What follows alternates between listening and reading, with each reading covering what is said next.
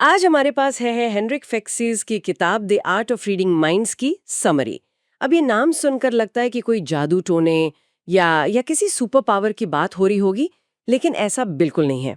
इस किताब का असली मकसद ये समझाना है कि जिसे हम माइंड रीडिंग कहते हैं वो असल में बिना शब्दों के हो रहे संवाद, मतलब नॉन वर्बल कम्युनिकेशन को समझने की एक कला है, एक साइंस है। बिल्कुल। और सबसे दिलचस्प बात यह है कि किताब की शुरुआत ही इस आइडिया से होती है कि हम सब जाने अनजाने में पहले से ही ये कर रहे हैं। कभी ऐसा होता है ना कि हम किसी से पहली बार मिलते हैं और बस एक वाइब आ जाती है। हाँ बिल्कुल, या तो बहुत अच्छी या फिर थोड़ी अजीब सी। वही, वो वाइब असल में कुछ और नहीं बल्कि हमारा सबकॉन्शियस माइंड है, जो सामने वाले के हजारों छोटे छोटे नॉन वर्बल क्यूज, जैसे उनकी बॉडी लैंग्वेज, आवाज का टोन, इन सब को प्रोसेस कर रहा होता है। ये किताब बस उसी छुपी हुई काबिलियत को बाहर निकालकर उसे कॉन्शियसली इस्तेमाल करना सिखाती है। तो चलिए इसी को अच्छे से समझते हैं। हम्म। किताब की शुरुआत एक बहुत बड़ी गलत फहमी को दूर करने से होती है, हम्म। और इसका कनेक्शन है सदियों पुराने दार्शनिक रेने डेकार्ट से। उनके उस विचार से कि हमारा मन और हमारा शरीर ये दो बिल्कुल अलग अलग चीजें हैं। और फेक्सियस के मुताबिक यही हमारी सबसे बड़ी भूल थी। असल में हमारा मन और शरीर एक ही सिस्टम के दो हिस्से हैं। ये एक दूसरे से बहुत गहराई से जुड़े हुए हैं।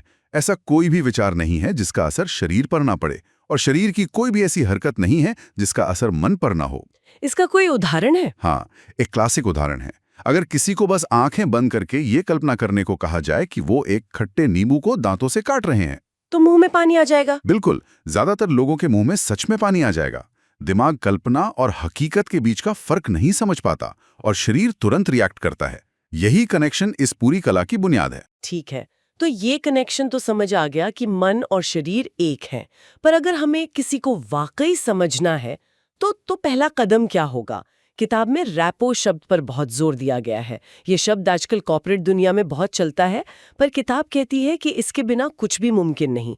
तो ये सिर्फ किसी के साथ नाइस होने से कैसे अलग है? बहुत अच्छा सवाल है। रैपो सिर्फ पोलाइट होना या मुस्कुराना नहीं है। रैपो का मतलब है दो लोगों के बीच भरोसे और समझ का एक ऐसा पुल बनाना जहां दोनों एक दूसरे के साथ कंफर्टेबल और कनेक्टेड महसूस करें। जब रैपो होता है तभी सामने वाला इंसान आपको सुनने, समझने और आपकी बातों को मानने के लिए तैयार होता है। इसका एक साइकोलॉजिकल नियम है जिसे किताब कहती है, अगर मैं तुम्हारी तरह हूं तो तुम मुझे पसंद करोगे। हमारा दिमाग उन लोगों पर ज्यादा भरोसा करता है जो हमारे जैसे लगते हैं या व्यवहार करते हैं। और इसे बनाने के लिए किताब में कुछ प्रैक्टिकल तकनीकें भी बताई गई हैं, जैसे मैचिंग और मिररिंग। सुनने में तो ये किसी जासूसी फिल्म जैसा लगता है, क्या ये असल में काम करता है? हाँ, और ये बहुत शक्तिशाली तकनीकें हैं अगर इन्हें सही से इस्तेमाल किया जाए। मैचिंग का मतलब है सामने वाले की बॉडी लैंग्वेज, जैसे उनके बैठने का तरीका, उनके हाथ रखने का अंदाज या सर हिलाने की गति को सटल तरीके से अपनाना। मिररिंग इसका एक और रूप है, जहां आप आईने की तरह उनकी इमेज को रिफ्लेक्ट करते हैं। जैसे अगर वो अपने दाएं हाथ से कोई इशारा करते हैं तो मैं अपने बाएं हाथ से वैसा ही कुछ करूं। हाँ बिल्कुल। एक मिनट, लेकिन इसमें एक खतरा भी है। अगर ये पता चल गया कि कोई हमारी नकल कर रहा है तो ये तो बहुत बनावटी और अजीब लगेगा। इससे तो रिश्ता बनने की बजाय और बिगड़ जाएगा। बिल्कुल सही। इसीलिए किताब में साफ लिखा है कि ये बहुत ही सूक्ष्म यानी सटल होना चाहिए। आपको हर हरकत की नकल नहीं करनी है, बस ओवरऑल पोस्चर या एनर्जी लेवल को मैच करना है। इसके पीछे का साइंस मिरर न्यूरॉन से जुड़ा है। अच्छा, मिरर न्यूरॉन्स? जी, हमारे दिमाग में ये खास सेल्स होते हैं जो तब एक्टिवेट होते हैं जब हम किसी को कोई काम करते हुए देखते हैं। जब कोई हमारी बॉडी लैंग्वेज को मिरर करता है तो हमारे ये मिरर न्यूरॉन्स एक्टिवेट होते हैं और हमारे दिमाग को सिग्नल भेजते हैं, ये व्यक्ति मेरे जैसा है, ये मुझे समझता है। ये सब सबकॉन्शियस लेवल पर होता है और एक अपनेपन का एहसास कराता है। मतलब ये सिर्फ बॉडी लैंग्वेज तक ही सीमित नहीं है? नहीं, बिल्कुल नहीं। आप आवाज के टोन, बोलने की रफ्तार और यहां तक कि सांस लेने की लय को भी मैच कर सकते हैं।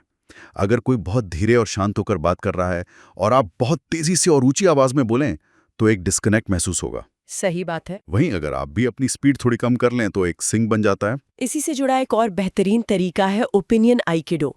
ओपिनियन आइकिडो, ये क्या है? ये असहमति को संभालने का एक तरीका है। सोचिए, आपका किसी सहकर्मी से किसी प्रोजेक्ट पर मतभेद है। आमतौर पर लोग कहते हैं आप गलत हैं, लेकिन मेरा आइडिया बेहतर है। हाँ, और इससे तुरंत एक दीवार खड़ी हो जाती है। बिल्कुल। ओपिनियन आइकिडो कहता है कि सीधे बहस करने के बजाय पहले उनकी बात में कोई ऐसा पॉइंट ढूंढिए जिससे आप सहमत हो सकें। जैसे आप कह सकते हैं, मैं समझ सकता हूँ कि आप इस डेडलाइन को लेकर क्यों परेशान हैं। ये वाकई मुश्किल है और अगर हम इस काम को इस तरह से करें तो शायद हम इसे समय पर पूरा कर पाएं। अच्छा, लेकिन की जगह और का इस्तेमाल। हाँ, लेकिन पिछली बात को काट देता है, जबकि और बात को आगे बढ़ाता है। इससे टकराव टलता है और सहयोग का माहौल बनता है। तो एक बार जब ये कनेक्शन बन गया, तो हम दूसरों को बेहतर तरीके से पढ़ने की स्थिति में आ जाते हैं। अगला स्टेप आता है भावनाओं को समझना। किताब का दावा है कि हम अपनी भावनाओं को छिपा ही नहीं सकते, वो कहीं ना कहीं से बाहर आ ही जाती हैं। ये एकदम सच है। इस फील्ड में मनोवैज्ञानिक पॉल एकमैन का काम बहुत बड़ा है, जिसका जिक्र किताब में भी है। एकमैन ने रिसर्च करके साबित किया कि 7 भावनाएं ऐसी हैं जो पूरी दुनिया में, हर कल्चर में एक ही तरह से चेहरे पर जाहिर होती हैं। कौन कौन सी? ये हैं आश्चर्य, उदासी, क्रोध, भय, घृणा, अवमानना और खुशी। कोई अमेरिका में हो या जापान के किसी गांव में, जब वो हैरान होगा तो उसकी आंखें और भौहें एक ही तरह से उठेंगी। और कई बार ये भाव बस एक पल के लिए आते हैं और चले जाते हैं, जिन्हें माइक्रो एक्सप्रेशंस कहते हैं। इन्हें पकड़ना तो बहुत मुश्किल होता होगा। बहुत मुश्किल, क्योंकि ये सिर्फ सेकंड के कुछ हिस्से के लिए ही चेहरे पर आते हैं। लेकिन यही वो पल होते हैं जब किसी की असली भावनाएं लीक होती हैं, खासकर तब जब वो उन्हें छिपाने की कोशिश कर रहा हो। मान लीजिए आप अपने बॉस को कोई बुरी खबर देती हैं और वो कहते हैं कोई बात नहीं, सब ठीक है, लेकिन ये कहने से ठीक पहले एक पल के लिए उनके चेहरे पर गुस्सा या निराशा का भाव आ जाए। हाँ, तो आपको पता चल जाता है कि उनके मन में असल में क्या चल रहा है। और यहीं से हम सबसे मजेदार हिस्से पर आते हैं, झूठ को पहचानना। यहाँ लीकेज का कॉन्सेप्ट बहुत अच्छे से समझाया गया है। बिल्कुल, लीकेज का आइडिया ये है कि झूठ बोलना दिमाग के लिए बहुत मेहनत का काम है। इसे कॉग्निटिव लोड या दिमागी बोझ कहते हैं। अच्छा। देखिए, जब कोई सच बोलता है तो दिमाग बस यादों को एक्सेस करता है, लेकिन झूठ बोलते समय दिमाग को एक साथ कई काम करने पड़ते हैं। सच को दबाना, एक झूठी कहानी गढ़ना, उसे सुसंगत बनाना और ये भी ध्यान रखना कि सामने वाला उस पर यकीन कर रहा है या नहीं। मतलब दिमाग का प्रोसेसर इतना बिजी हो जाता है कि वो शरीर के बाकी फंक्शंस जैसे बॉडी लैंग्वेज को ठीक से कंट्रोल नहीं कर पाता। एग्जैक्टली। और इसी वजह से सच के कुछ संकेत अनजाने में शरीर से लीक हो जाते हैं। किताब में कई संकेतों का जिक्र है, जैसे आवाज का टोन अचानक सामान्य से ऊंचा हो जाना, क्योंकि तनाव से वोकल कॉर्ड सिकुड़ जाते हैं। अच्छा। या बोलते बोलते सामान्य से ज्यादा रुकना या अम जैसे फिलर शब्दों का इस्तेमाल करना, क्योंकि दिमाग कहानी बनाने के लिए समय ले रहा होता है।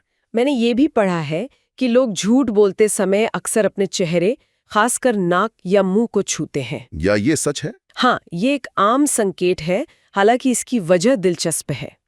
तनाव की वजह से नाक में ब्लड फ्लो बढ़ता है, जिससे हल्की खुजली होती है, जिसे पिनोकियो इफेक्ट भी कहते हैं। पिनोकियो इफेक्ट, हाँ। और मुंह को ढकना एक सबकॉन्शियस कोशिश होती है झूठे शब्दों को बाहर आने से रोकने की। इसी तरह आंखों का संपर्क भी एक बड़ा संकेत है। या तो झूठा व्यक्ति नजरें चुराएगा या फिर वो इसका उल्टा करेगा, जरूरत से ज्यादा आंखें मिलाकर घूरेगा, ये साबित करने के लिए कि वो सच बोल रहा है। लेकिन किताब में एक बहुत जरूरी चेतावनी भी दी गई है कि किसी एक संकेत के आधार पर किसी को झूठा मान लेना बहुत बड़ी गलती होगी। हो सकता है कोई सिर्फ नर्वस हो या उसे शर्म आ रही हो। ये सबसे जरूरी नियम है। झूठ पकड़ने का कोई एक अचूक तरीका नहीं है। आपको संकेतों के एक क्लस्टर यानी समूह को देखना होता है। साथ ही सबसे पहले उस व्यक्ति के बेसलाइन व्यवहार को समझना जरूरी है। बेसलाइन व्यवहार मतलब जब वो सामान्य और सच बोल रहा होता है तब उसकी बॉडी लैंग्वेज कैसी होती है। क्या वो वैसे ही बहुत हाथ हिलाता है? क्या उसकी आवाज स्वाभाविक रूप से ऊंची है? जब आप उसके सामान्य व्यवहार से कोई बड़ा बदलाव देखते हैं तभी शक की गुंजाइश बनती है। भावनाओं और झूठ के संकेतों को पढ़ना सीखा। इसके बाद किताब एक और लेवल ऊपर जाती है, सकारात्मक रूप से दूसरों को प्रभावित करना। यहाँ एंकरिंग नाम की एक बहुत शक्तिशाली तकनीक बताई गई है। एंकरिंग NLP यानी न्यूरो लिंग्विस्टिक प्रोग्रामिंग का एक कॉन्सेप्ट है। एंकर एक तरह का ट्रिगर होता है, कोई खास शब्द, कोई इशारा या कोई स्पर्श जिसे हम किसी खास भावना या मानसिक अवस्था से जोड़ देते हैं। जैसे कोई खास गाना सुनकर हमें स्कूल के दिनों की याद आ जाती है और हम अचानक वैसा ही खुश या नॉस्टैल्जिक महसूस करने लगते हैं। वो गाना एक एंकर हुआ। बिल्कुल सही, वो एक अनजाने में बना हुआ एंकर है। लेकिन किताब बताती है कि हम जानबूझकर भी पॉजिटिव एंकर बना सकते हैं। उदाहरण के लिए, मान लीजिए आपका कोई दोस्त अपनी किसी बड़ी सफलता के बारे में आपको बता रहा है और वो बहुत ज्यादा खुश, उत्साहित और आत्मविश्वास से भरा हुआ है। उस भावना के चरम पर अगर आप एक खास तरीके से उसके कंधे को थपथपाते हैं या कोई खास शब्द बोलते हैं जैसे ब्रिलियंट, तो उसका दिमाग उस चरम भावना को आपके उस स्पर्श या शब्द से जोड़ देगा। अच्छा, और फिर बाद में अगर वो दोस्त कभी नर्वस या हताश महसूस कर रहा हो, तो मैं उसी तरह से उसका कंधा थपथपाकर उस आत्मविश्वास वाली भावना को वापस ला सकती हूँ। ये तो किसी सुपर पावर जैसा लगता है। ये काम करता है क्योंकि ये दिमाग के न्यूरोलॉजिकल कनेक्शन का फायदा उठाता है। बेशक ये कोई जादू की छड़ी नहीं है, लेकिन ये किसी के मूड को बदलने और उसे एक पॉजिटिव स्टेट में लाने में बहुत मदद कर सकता है। सेल्स, थेरेपी और यहाँ तक कि पेरेंटिंग में भी इसका बहुत इस्तेमाल होता है। इसी तरह सुझाव देने के तरीके पर भी एक बहुत काम की बात कही गई है, नकारात्मक शब्दों से बचने के बारे में। किताब में एक क्लासिक उदाहरण है, एक नीले ध्रुवीय भालू के बारे में मत सोचो। और जैसे ही आप ये सुनते हैं, आपके दिमाग में सबसे पहले एक नीले ध्रुवीय भालू की ही तस्वीर आती है। हाँ, सही बात है। हमारा दिमाग नहीं या मत जैसे नकारात्मक शब्दों को सीधे प्रोसेस नहीं कर पाता। वो पहले उस चीज की कल्पना करता है जिसे करने से मना किया गया है और फिर उसे नकारने की कोशिश करता है। इसलिए चिंता मत करो कहने पर दिमाग पहले चिंता पर फोकस करता है। तो इसकी जगह क्या कहना चाहिए? इसकी जगह अगर कहा जाए शांत रहो या सब ठीक हो जाएगा, तो दिमाग को एक सीधा और सकारात्मक निर्देश मिलता है। ये एक छोटा सा बदलाव है, लेकिन बातचीत के नतीजे पर इसका बहुत बड़ा असर पड़ता है। तो कुल मिलाकर the art of reading minds हमें ये सिखाती है कि दूसरों को समझना कोई रहस्यमयी शक्ति नहीं, बल्कि ऑब्जर्वेशन, जागरूकता और अभ्यास का नतीजा है।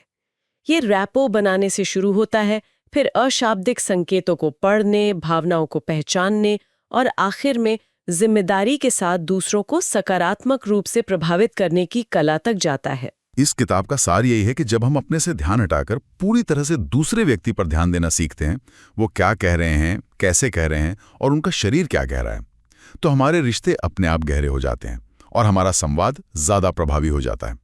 यह हमें एक बेहतर ऑब्जर्वर बनाता है, जो किसी भी रिश्ते, चाहे वो व्यक्तिगत हो या पेशेवर, की सबसे बड़ी जरूरत है। ये दूसरों को कंट्रोल करने के बारे में नहीं है, बल्कि उन्हें बेहतर ढंग से समझने के बारे में। और अब हमारे सुनने वालों के लिए एक सवाल छोड़ जाते हैं। किताब में बताई गई ये तकनीकें बहुत शक्तिशाली हैं। जरा सोचिए, अगर हमारे समाज में हर व्यक्ति इन तकनीकों में माहिर हो जाए और एक दूसरे के अशाब्दिक संकेतों को ज्यादा सटीकता से पढ़ने लगे, तो क्या इससे हमारी दुनिया में गलतफहमियां और टकराव कम हो जाएंगे? क्या हम एक दूसरे को बेहतर समझ पाएंगे, या फिर ये एक नई तरह की सामाजिक जटिलता को जन्म देगा, जहां हर कोई हर समय एक दूसरे का विश्लेषण कर रहा होगा और हर बातचीत एक दिमागी शतरंज के खेल जैसी बन जाएगी?